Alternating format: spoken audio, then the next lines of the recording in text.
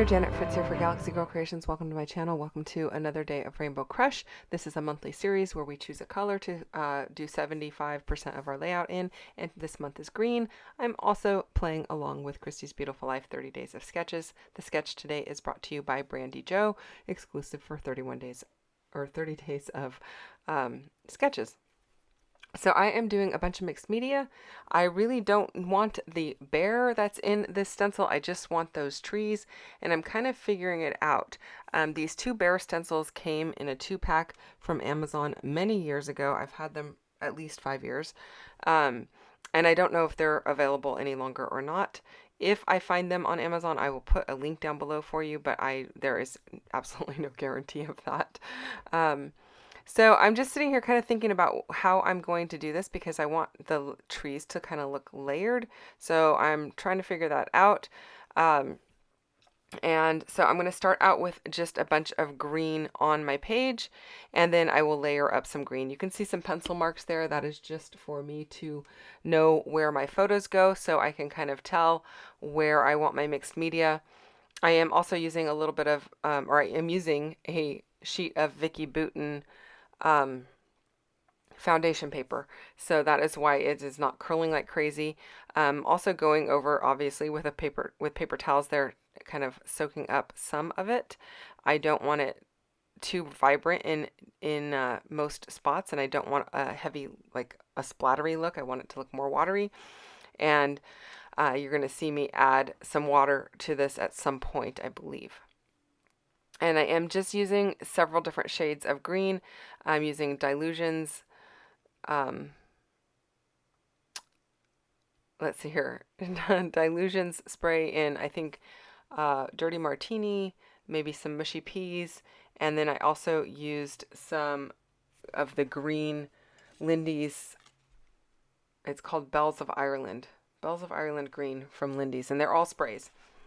And then I'm going to go ahead and put some on the trees here, and I'm going to stamp those trees down to give me another impression of more trees, basically. So I just want layers of trees and green.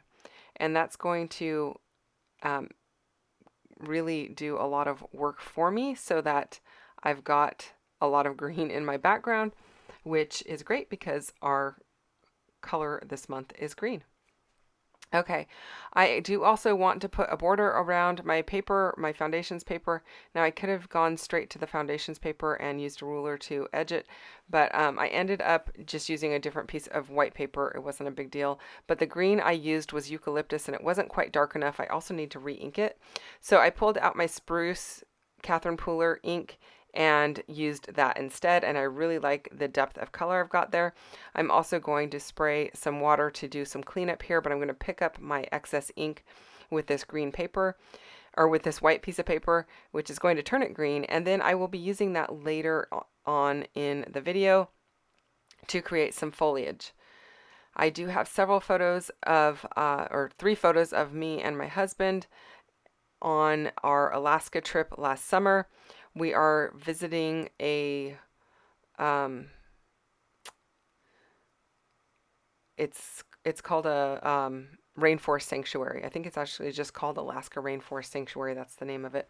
So I'm using some black soot distress ink, and I'm just going to put a little bit of color through over these birds because I want the birds to kind of show up, but I don't want them really dark, so I just went over them really lightly so that they kind of show up just a little bit better, and they're not quite so green.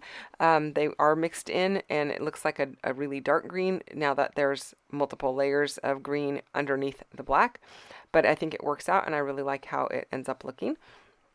While I go ahead and pull out a bunch of embellishments and work on doing the embellishments, figuring out what I want here, I want to remind you there are a bunch of people playing along with Series 12 of Christy's Beautiful, Series 12, holy moly, it's Series 17 of Christy's Beautiful Life 30 Days of Sketches. So every day for the month, we have an exclusive sketch that was created just for this series. I am playing along here and there where I can. I'm not doing every single day, but I am doing a few days every single week. So Many of them I'm doing actually 4 days, so you're going to get quite a few videos. There's a playlist down below for you so that you can go and check out what everybody else is doing with this particular sketch. And there is also a playlist down below for everybody playing along with Rainbow Crush, which is brought to you by the Paper Snob. That's Tara, and she has a Facebook group, and there are a bunch of people playing along on Instagram and on YouTube for this series, and the links for Instagram are down below, as well as the playlist for everybody playing along for this month. And you can also join her Facebook group if you're interested in playing along also. Anyway, so you can see that I went ahead and die cut out of that green paper that I had the excess ink picked up with. And then I am adding a few different colors of green to kind of give the foliage some different depth of color, because not all greens in the forest are identical. I want to make sure I kind of just have a little bit of each color in each area. You can see the trees behind me have more of a yellow-green. The leaves with the moth on it, or butterfly, whatever that is considered, is definitely a little bit more of a, I don't know if that's Kelly green. It's not hunter green, but it's definitely not as yellow. So pulling in lots of different shades of green is going to really help. And I kind of just stick with pretty monochromatic, with the exception of the browns that I'm pulling in. And I do love a monochromatic layout. I think I say this every month. And every time I do a monochromatic layout, which is pretty frequently. I do love them, and I find them really fun and really easy for me to do. I know it's not everybody's cup of tea, or it's not as easy for everybody, but for whatever reason, I find them really easy to do and a lot of fun. So they are one of my favorite types of layouts to work on. And I think for me, the key is you need most of your colors represented in each of your embellishment areas, and that's each of your colors, meaning each of your shades of green, or depths of green. Hopefully that makes some sense. So I am using some acetate leaves, as well as the ones that I die cut, as well as some that are from a die cut pack from 49 and Market. The leaves there, and most of those the tags and such that I'm pulling out are all from their nature study collection. I still have quite a bit of that ephemera left, even though I've been out of the paper for ages.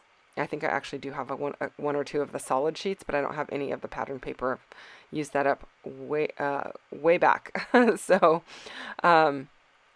it's always good to be able to get a lot of this stuff on your layout and out of your stash. So I'm just pulling in all kinds of greens and some browns as well.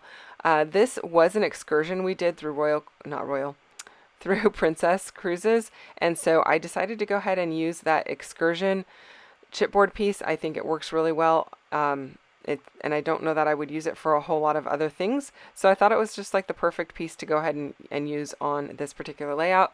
That is going to be my title. And then I am also using my distress tool from Some Assemblage Required to go ahead and distress up some of these pieces.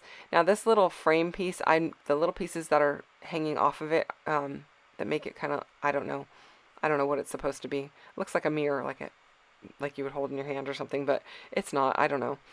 I just went ahead and cut that off, just to have the framework rather than having all of the little things sticking off of it.